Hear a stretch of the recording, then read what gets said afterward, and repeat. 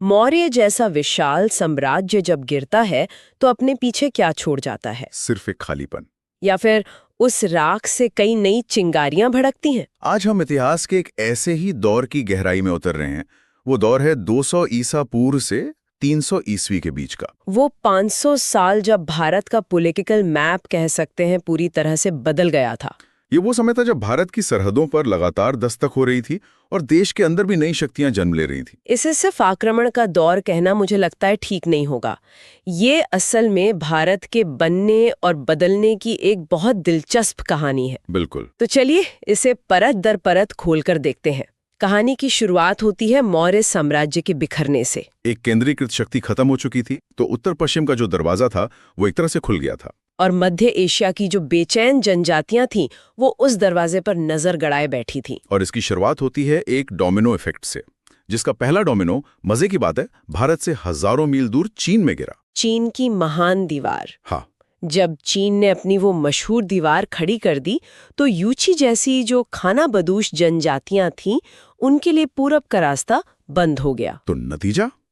उन्होंने पश्चिम की ओर रुख किया और इस एक कदम ने एक जबरदस्त चेन रिएक्शन शुरू कर दिया। यूची जनजाति ने अपने रास्ते में आने वाले शकों को खदेड़ा और शकों ने आगे बढ़कर बैक्ट्रिया में बसे हिंदी यवनों यानी इंडो ग्रीक्स को हिंदू कुश पर्वत पार करके भारत में आने पर मजबूर कर दिया। और यहीं से भारत में विदेशी शासकों के आने का एक सिलसिला शुरू हुआ। बिल्कुल। सबसे पहले आए हिंद यवन, फिर शक, उनके बाद पहलव और आखिर में इस दौर की सबसे बड़ी ताकत बनकर उभरे कुषाण। तो सबसे पहले बात करते हैं इन हिंद यवनों की। ये वो पहले यूरोपीय थे जिन्होंने हिंदू कुश के पहाड़ों को पार किया और सिकंदर से भी बड़े भारतीय इलाके पर कब्जा कर लिया। इनमें एक नाम सबसे ज्यादा चमकता है, मिनांडर, या जैसा कि भारतीय ग्रंथों में उन्हें कहा गया है, मिलिंद। और मिनांडर की कहानी सिर्फ तलवार और जीत तक ही सीमित नहीं है ना? नहीं, बिल्कुल नहीं। वो एक जिज्ञासु शासक था। उसकी बौद्ध भिक्षु नागसेन के साथ जो बातचीत हुई वो इतिहास की सबसे दिलचस्प दार्शनिक बहसों में से एक मानी जाती है। मिलिंद पन्हों की बात हो रही है। हाँ। मिलिंद के प्रश्न। बिल्कुल। ये पूरी बातचीत उसी ग्रंथ में दर्ज है। हाँ, ये तो बहुत दिलचस्प है। मतलब एक यूनानी राजा जो युद्ध करके आया है वो एक भारतीय दार्शनिक के साथ बैठकर जीवन के रहस्यों पर चर्चा कर रहा है। हाँ, और इस बातचीत का नतीजा ये निकला कि मिनांडर ने बौद्ध धर्म अपना लिया। ये दिखाता है कि ये सिर्फ एक तरफा आक्रमण नहीं था। हाँ। यहाँ विचारों का भी आदान प्रदान हो रहा था। बिल्कुल। और उनका असर यहीं खत्म नहीं होता। भारत में सोने के सिक्के जारी करने वाले पहले शासक भी यही थे। और इनकी यूनानी कला और बौद्ध विषयों के संगम से ही तो वो मशहूर गांधार कला का जन्म हुआ। सही कहा, जिसमें हम बुद्ध को अक्सर यूनानी देवता अपोलो जैसे घुंघराले बालों और कपड़ों में देखते हैं। तो हिंद यवनों ने एक तरह से सांस्कृतिक लेनदेन का रास्ता खोल दिया। पर इनके बाद शक आए जिन्होंने और भी बड़े इलाके पर अपना साम्राज्य फैलाया। हाँ, शकों ने भारत में 5 अलग अलग शाखाओं में शासन किया जो अफगानिस्तान से लेकर मथुरा और पश्चिम भारत तक फैली थी। लेकिन उन्हें मध्य भारत में एक जबरदस्त टक्कर मिली। हाँ, 57 ईसा पूर्व में उज्जैन के एक स्थानीय राजा ने शकों को बहुत बुरी तरह हराया। और ये कोई मामूली जीत नहीं थी। इसी जीत ने इतिहास को एक नया कैलेंडर दिया। बिल्कुल। उस राजा ने इस जीत की खुशी में विक्रमादित्य की उपाधि धारण की और एक नए संवत की शुरुआत की जिसे आज हम विक्रम संवत के नाम से जानते हैं। विक्रमादित्य का खिताब इतना लोकप्रिय हो गया कि ये वीरता और न्याय का प्रतीक ही बन गया। बाद के कई 100 सालों में कुल 14 भारतीय राजाओं ने ये उपाधि अपनाई। लेकिन शकों में भी तो कोई बड़ा शासक हुआ होगा। मैंने रुद्रदामन प्रथम का नाम बहुत सुना है। रुद्रदामन कई मायनों में एक असाधारण शासक था।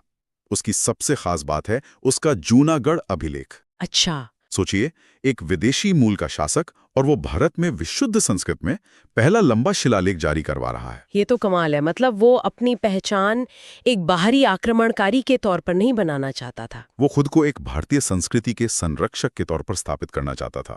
वो स्थानीय अभिजात वर्ग और प्रजा से जुड़ना चाहता था। क्या संस्कृत का इस्तेमाल इसी रणनीति का हिस्सा था? बिल्कुल। यही नहीं, उसने मौर्यों के समय बनी जो सुदर्शन झील थी उसकी मरम्मत करवाई। और खास बात यह है कि उसने इसके लिए प्रजा पर कोई अतिरिक्त कर नहीं लगाया और न ही किसी से बेगार यानी जबरदस्ती मजदूरी करवाई। सारा खर्चा उसने अपने निजी कोष से उठाया। ये एक बेहतरीन पब्लिक रिलेशन का उदाहरण है। उस जमाने के हिसाब से। और उसकी निजी जिंदगी से भी जुड़ी एक दिलचस्प कूटनीतिक कहानी है, मैंने सुना है। हाँ, ये कहानी उस दौर की राजनीति को बहुत अच्छे से समझाती है। उसने दक्षिण के सातवाहन शासक वशिष्ठिपुत्र पुलुमावी को युद्ध में 2 बार हराया। लेकिन दोनों बार उसे जान से नहीं मारा। नहीं मारा। क्यों? क्योंकि पुलुमावी उसका दामाद था। यहाँ पारिवारिक रिश्ते सैन्य जीत पर भारी पड़ गए। तो शकों के बाद पहलावाए, जो मूल रूप से ईरान से थे, पर वो ज्यादा टिक नहीं पाए। हाँ, असली गेम चेंजर तो कुषाण थे, जो उसी यूची जनजाति से निकले थे जिसने ये पूरा डोमिनो इफेक्ट शुरू किया था। सही कहा। कुषाण इस दौर की असली सुपर पावर थे। जहां कुजुल कटफिसिस ने इस वंश की नींव रखी, वहीं विम कटफिसिस ने भारत में बड़े पैमाने पर सोने के सिक्के चलाए, जो उनके आर्थिक ताकत का सबूत थे। बिल्कुल। लेकिन कुषाण साम्राज्य अपने शिखर पर पहुंचा सम्राट कनिष्क के समय में, जिनका राज्यारोहण 78 ईस्वी में हुआ, और 78 ईस्वी की तारीख भारतीय इतिहास में बहुत अहम है। बहुत ज्यादा। इसी साल से कनिष्क ने शक संवत की शुरुआत की, जिसे आज भी भारत सरकार अपने आधिकारिक कैलेंडर के तौर पर इस्तेमाल करती है। कनिष्क का साम्राज्य तो बहुत विशाल था, मध्य एशिया से लेकर बनारस तक। हाँ, और उसकी 2 राजधानियां थी, एक पुरुषपुर यानी आज का पेशावर, और दूसरी मथुरा। 2 राजधानियां, ये तो दिलचस्प है। इसका क्या मतलब था? मतलब साफ था, वो अपने साम्राज्य के मध्य एशियाई और भारतीय दोनों हिस्सों पर बराबर कब्जा रखना चाहता था। लेकिन कनिष्क का सबसे बड़ा कारनामा तो सिल्क रूट पर कब्जा करना था। हाँ, उस दौर के सबसे बड़े इंटरनेशनल ट्रेड रूट रेशम मार्ग के एक बड़े हिस्से पर उसने कब्जा कर लिया था। सिल्क रूट पर कब्जे को आज के दौर में कैसे समझें? क्या ये वैसा ही था जैसे आज कोई देश दुनिया के सबसे जरूरी समुद्री रास्तों पर कब्जा कर ले? ये बिल्कुल सही तुलना है। चीन से रेशम और दूसरा कीमती सामान लेके जो कारवां रोमन साम्राज्य तक जाते थे, वो कनिष्क के इलाके से गुजरते थे। और उस पर लगने वाले टैक्स ने कुषाण साम्राज्य को मालामाल कर दिया। बिल्कुल। भारत में जो भारी मात्रा में सोने के सिक्के मिलते हैं, वो ज्यादातर इसी व्यापार की देन है। आर्थिक शक्ति के अलावा कनिष्क का सांस्कृतिक प्रभाव भी बहुत गहरा था। हाँ, कनिष्क बौद्ध धर्म का बहुत बड़ा संरक्षक था। उसने कश्मीर में चौथी बौद्ध संगीति यानी बुद्धिस्ट काउंसिल का आयोजन करवाया। यहीं पर बौद्ध धर्म 2 शाखाओं में बट गया था। हाँ, यही वो संगीति थी जहां बौद्ध धर्म साफ तौर पर 2 शाखाओं में बटा, हीनयान और महायान। कनिष्क ने महायान शाखा को संरक्षण दिया। तो ये तो कहानी थी उत्तर पश्चिम की। लेकिन जब सरहदों पर ये सब चल रहा था, तब भारत के बाकी हिस्सों में क्या हो रहा था? वहां भी राजनीतिक उथल-पुथल कुछ कम नहीं थी। उत्तर भारत में मौर्यों की गद्दी पर बैठे शुंग और फिर कण्व। मौर्यों के आखिरी राजा बृहद्रथ का सेनापति था पुष्यमित्र शुंग। उसने राजा की हत्या करके शुंग वंश की स्थापना की। यह सिर्फ एक सैन्य तख्तापलट नहीं था, ये एक बड़ा वैचारिक बदलाव भी था। मौर्य शासक, खासकर अशोक, बौद्ध धर्म की ओर झुकाव रखते थे। और पुष्यमित्र शुंग एक ब्राह्मण था। हाँ, और उसके आने से एक तरह से ब्राह्मणवादी परंपराओं का पुनरुत्थान हुआ। कुछ बौद्ध ग्रंथ तो उस पर बौद्धों को सताने का आरोप भी लगाते हैं। हालांकि इस पर इतिहासकारों में मतभेद है। हाँ, मतभेद है। दक्षिण से उभर रही थी सातवाहन। सातवाहन, जिन्हें दक्षिण के स्वामी भी कहा जाता है, ये कौन थे? ये मूल रूप से मौर्यों के ही सामंत थे।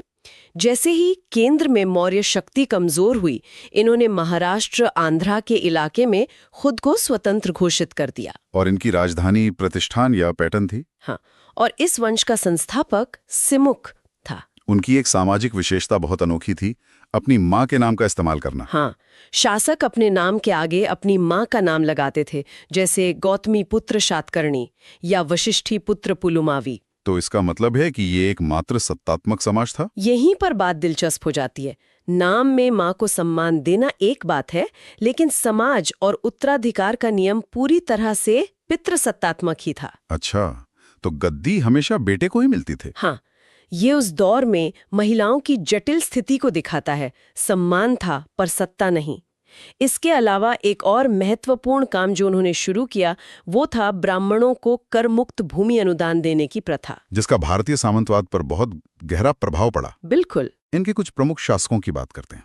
शातकर्णी प्रथम का नाम सबसे पहले आता है। सही कहा।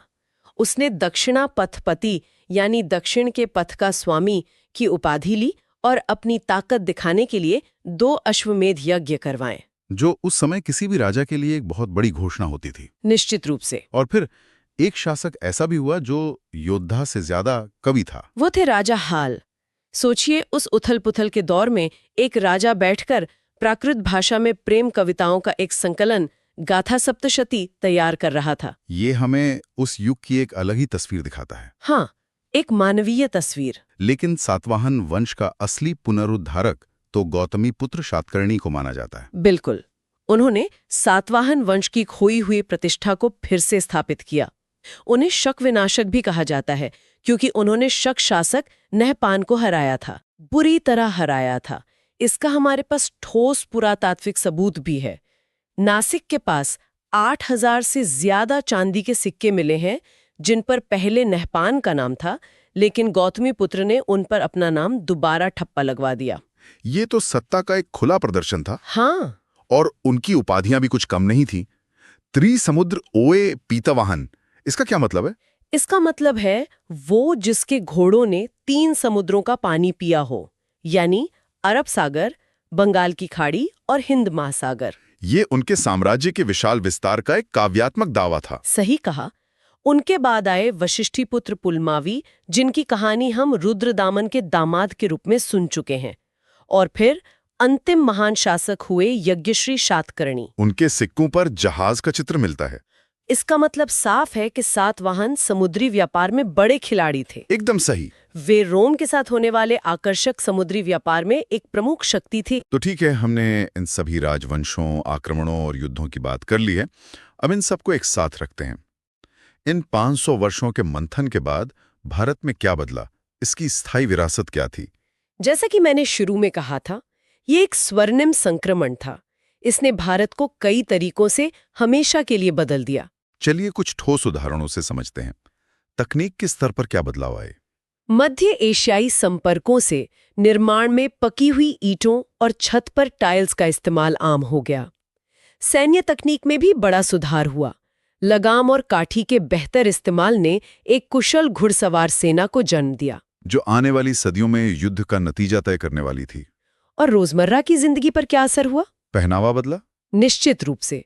आज हम जो पगड़ी, ट्यूनिक, पतलून देखते हैं, उनका चलन इसी दौर में बढ़ा।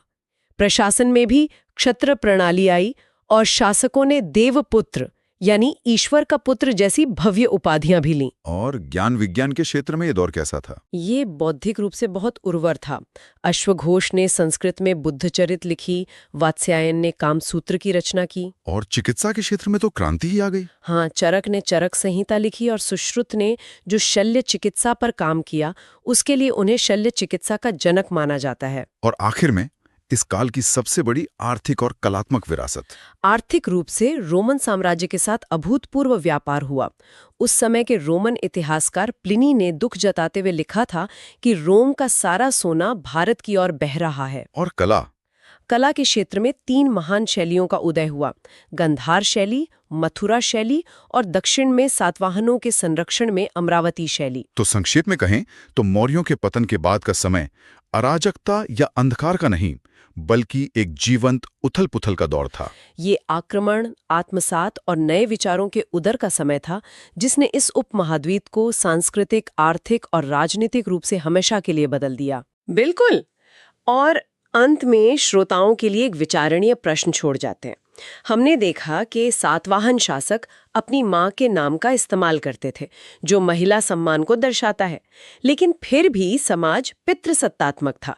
ये विरोधाभास हमें प्राचीन भारत में सत्ता में महिलाओं की जटिल भूमिका के बारे में क्या बताता है? कि उनका प्रभाव दर्ज तो किया जाता था और शायद महत्वपूर्ण भी था, लेकिन क्या उस प्रभाव की सीमाएं थीं? इस पर सोचेगा।